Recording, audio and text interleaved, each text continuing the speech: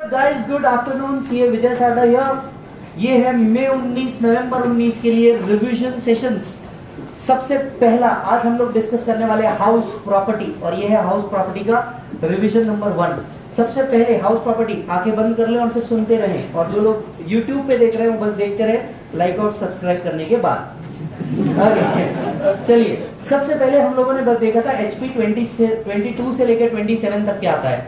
22 के अंदर में हम लोगों ने क्या क्या देखा, याद करें। 22 के अंदर में 3 कंडीशन दी थी। Assessee must be owner, owner includes deemed owner, owner includes deemed owner. दूसरा, there must be land building appurtenant thereto. तीसरा, it must not be used for his own business and profession. हम deemed owner concept समझने के लिए गए थे section 27 में। Transfer to spouse for inadequate consideration, transfer to minor child for inadequate consideration, impartible estate property, member of cooperative society, transfer under टोपा and lease for more than 12 years. याद करो, इसके लिए हमने कुछ मेमोरी टेक्निक्स भी बनाई है। फिर हम लोग गए थे land building appurtenant there to को कंसेप्ट समझने के लिए कि क्या एचपी आएगा, क्या एचपी नहीं आएगा। There must be land attached with the building, right, चाहे रूफ हो या ना हो। फिर हम लोग देखने गए थे इसके आगे फॉर्मेट। याद करो, एचपी एक फॉर्मेट से ही डील होता है। Format is, what is the format? सबसे पहले GAV minus municipal tax actually paid by the owner, NAV deduction under section 24, standard deduction, interest on borrowed capital.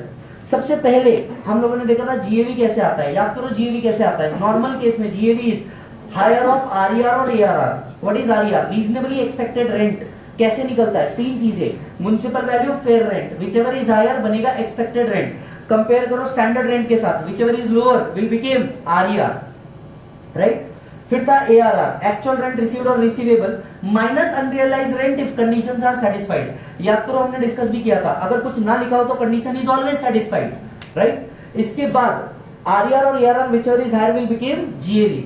फिर था municipal tax actually paid, whatever is municipal tax actually paid by owner is allowed, यानी tenant ने pay किया तो allowed नहीं है। Municipal tax paid either in India और in foreign allowed, paid for any year it is allowed, right. Municipal tax is calculated as a percentage of municipal value, not GAV. आहो, right. इसके बाद हम लोगों ने पढ़ा था NAV ऑटोमेटिकली आएगा। फिर हम लोगों ने पढ़ा, अच्छा most important, municipal tax is allowed on payment basis not accrual basis, right. फिर हमने पढ़ा था डिडक्शन। डिडक्शन के 2 पार्ट थे, standard deduction, interest on borrowed capital. Standard deduction is at the rate of 30%, available only if NAV is positive, and standard deduction is available, no other deduction is available like repairs and insurance. फिर हमने पढ़ा था interest on borrowed capital, 1/5 of pre construction interest plus 100% of post construction interest. याद आ रहा है क्या? 1/5 of pre period कैसे calculate करते हैं? 2 पार्ट है, repayment precedes construction, construction precedes repayment. अगर रीपेमेंट पहले हो गया तो डेट ऑफ बोरोइंग से लेकर डेट ऑफ रीपेमेंट तक का पूरा पीरियड प्री कंस्ट्रक्शन पीरियड।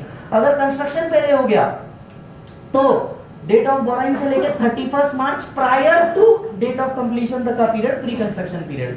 तो 1/5 of pre plus 100% of post totally become IOBC. इसके बाद interest on interest is not allowed, new loan taken to repay existing loan, interest allowed as deduction, brokerage commission to generate the loan not allowed as deduction, then interest paid without TDS not allowed as deduction. Then हम लोगों ने बात करी थी what is allowed is interest and not principal. Principal इस section में allowed नहीं है, but it is allowed under section 80C। It is allowed under section 80C। Most important, loan आप किसी से भी ले सकते हैं। याद आ रहा है कि इस सेक्शन में लूप होल था, लोन आप किसी से भी ले सकते हैं, बस आपने इंटरेस्ट पे करना चाहिए। So these were totally the format discussed, GAV, municipal tax, NAV, standard deduction and IOBC. फिर याद करो, हमने यूजेस ऑफ हाउस प्रॉपर्टी देखा था। पहला यूज था सेल्फ ऑक्यूपाइड प्रॉपर्टी। याद आ रहा है क्या? सेल्फ ऑक्यूपाइड प्रॉपर्टी, एक प्रॉपर्टी जिसमें आप या आपका परिवार रहता है, उसका जीएवी नील, म्युनिसिपल टैक्स नील, एनएवी नील, स्टैंडर्ड डिडक्शन नील, आईओबीसी लिमिटेड या अनलिमिटेड? लिमिटेड। कितना? 2 लाख या 30,000। 2 लाख के लिए कितनी कंडीशन थी? 3। बोलो कौन सी 3? पहला, loan must be taken for acquisition और construction after 1/4/1999 and it must be completed within 5 years. अगर ये 3 कंडीशन सेटिस्फाई हो जाती है तो maximum interest allowed is 2 lakh. Otherwise, maximum interest allowed is 30,000. And if loan is taken for repairs, maximum interest is 30,000.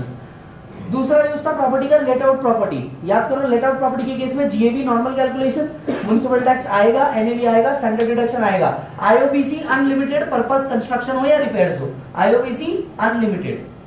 फिर हम लोगों ने पढ़ा था more than one house property self occupied. याद करो, ऐसे में हम ऑप्शन देखते हैं, more than one house property self occupied. Option 1 flat 1 को एसओपी ट्रीट करो, फ्लैट 2 को डीएलओपी ट्रीट करो। ऑप्शन 2 फ्लैट 1 को डीएलओपी ट्रीट करो, फ्लैट 2 को एसओपी ट्रीट करो, और पूरा कैलकुलेशन एलओपी और एसओपी के जैसे सॉल्व करो। एक जगह फर्क आएगा, अगर property deemed late out property है तो इसका जीएवी हमेशा क्या आता है, आरईआर, राइट। अच्छा, इसके बाद हम लोगों ने एक और बात कही थी, कौन सी बात कही थी, हमें वो ऑप्शन सिलेक्ट करना है जिसमें इनकम कम या लॉस ज्यादा हो टैक्स प्लानिंग एंगल से। यस, इनकम कम या लॉस ज्यादा। फिर हमने बात करी थी let out property kept vacant for whole year, इसका जीएवी नील आता है पर म्युनिसिपल टैक्स और आईओबीसी आएगा, जिसके केस में हमेशा वो लॉस ही होगा। Portion self occupied, portion let out, याद करो इसमें कई प्रॉब्लम्स आते हैं। Portion self occupied, portion let out के केस में हमें सबसे पहले एक वर्किंग नोट बनाना है फैक्टर्स को डिवाइड करने के लिए, और अकॉर्डिंगली एसओपी का एसओपी जैसे सॉल्व करना है और एलओपी का एलओपी जैसे सॉल्व करना है। क्या तुम्हें याद है?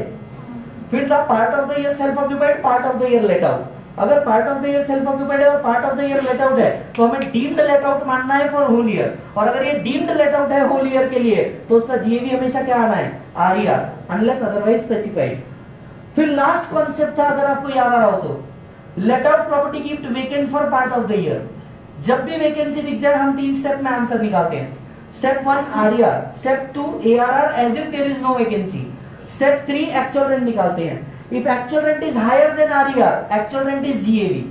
If actual rent is lower than RER, it is because of vacancy. Because of vacancy, actual rent is GAV, otherwise RER is GAV. बाकी everything remain same. यहां तक हम लोगों ने अब तक HP पढ़ा है। थैंक यू, और इसे देखते रहें और शेयर करते रहें। Thank you.